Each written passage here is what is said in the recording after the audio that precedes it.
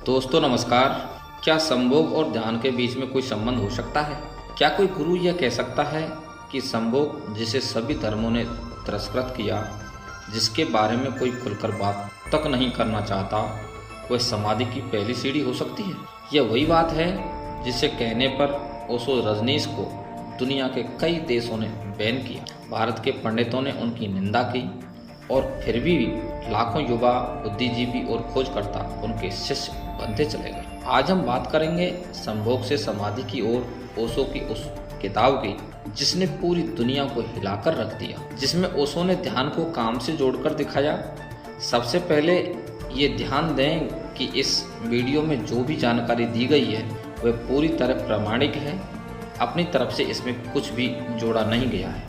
यह एक ऐसी रहस्यमय किताब है जिसके बारे में सभी बुरा बोलते हैं, परंतु छिप छिप कर उसे पढ़ते जरूर हैं। यह किताब ना कोई कहानी है और ना कोई धार्मिक प्रवचन, यह है परम आत्मा को पाने का मार्ग। ओशो कहते हैं, संभोग की ऊर्जा केवल शरीर तक ही सीमित नहीं है। यदि तुम जागरूक हो तो यही काम ऊर्जा तुम्हें परम आत्मा तक ले जा सकती है। इस किताब के जरिए ओशो ने हजारों सालों से संस्कृति द्वारा दबाई गई एक ऊर्जा, काम ऊर्जा को एक ध्यान की दिशा में मोड़ने की बात की है। यह किताब है एक साहसिक प्रवेश और गहराई में उतरने का निमंत्रण। ओशो का कहना है कि काम की शक्ति ही जीवन ऊर्जा है। उन्होंने कहा कि जिसे तुम सेक्स कहते हो वही तो तुम्हारा जन्म का कारण है, तो फिर तुम उसे अशुद्ध क्यों मानते हो? उनके अनुसार काम को दबाना नहीं चाहिए बल्कि समझना चाहिए। जिस दिन तुम काम में पूरी तरह जागरूक हो जाओगे उस दिन वही अनुभव ध्यान का द्वार खोल देगा। ओशो काम को पवित्र मानते हैं, परंतु शर्त यह है कि तुम सोए हुए नहीं बल्कि पूरी तरह जागे हुए हो। वे कहते हैं कि काम गंदा नहीं, तुम अंधे हो। अब यहाँ ओशो एक रहस्य खोलते हैं कि जब दो प्रेमी संभोग करते हैं तो उस दौरान एक ऐसा पल आता है जब दिमाग बंद हो जाता है, विचार रुक जाते हैं और ऐसा लगता है जैसे समय बिल्कुल रुक गया हो।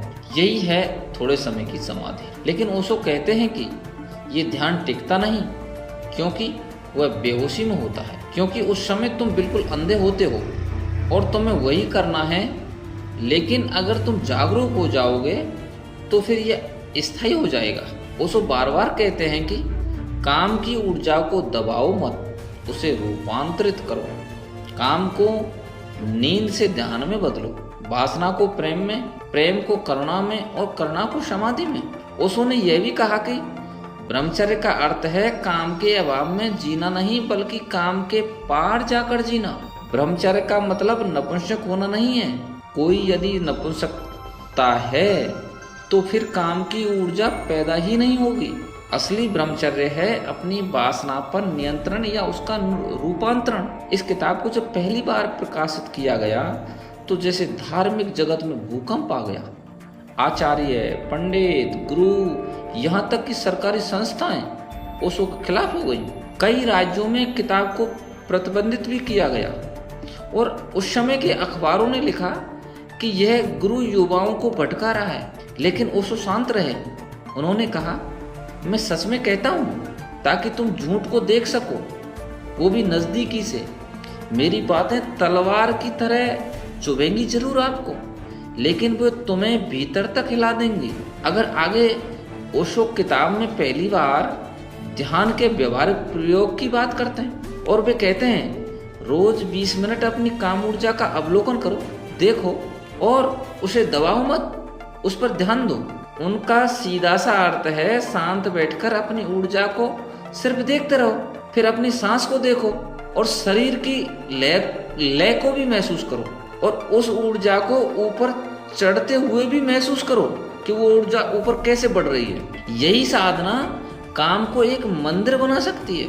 ओशो ने इस विषय को शुद्ध वैज्ञानिक दृष्टिकोण से भी देखा और उन्होंने कहा कि सेक्स रसायन बदलते हैं, हार्मोन्स का विस्फोट होता है और मस्तिष्क के विशिष्ट भाग सक्रिय होते हैं। यदि इन क्षणों को जागरूकता के साथ जोड़ा जाए तो यह मस्तिष्क के उच्चतम केंद्रों को खोल सकते हैं और वहीं से शुरू होती है समाधि की पहली सीढ़ी। संभोग से समाधि की ओर कोई अश्लील किताब नहीं, बल्कि वह सासी ध्वनि है जो सदियों से दबे सत्य को बाहर लाती है। ओशो कहते हैं, जो डरते हैं वो मेरी किताब से बिल्कुल दूर रहें, जो खोजना चाहते हैं वो इस पथ पर आ जाएं और पथ पर चलें जहाँ अंधकार है लेकिन रोशनी भी है। तो मित्रों, ओशो की यह पुस्तक केवल सेक्स की ही बात नहीं करती, यह ऊर्जा, ध्यान, प्रेम और रूपांतरण की भी बात करती है। यह किताब ना तो धार्मिक है और ना ही कम, यह है केवल मानव चेतना का विज्ञान। इस वीडियो में अगर आपको कुछ राय देनी है तो हमें कमेंट करके जरूर बताएं और वीडियो को लाइक, हाइप और चैनल को सब्सक्राइब जरूर कर लेना। धन्यवाद।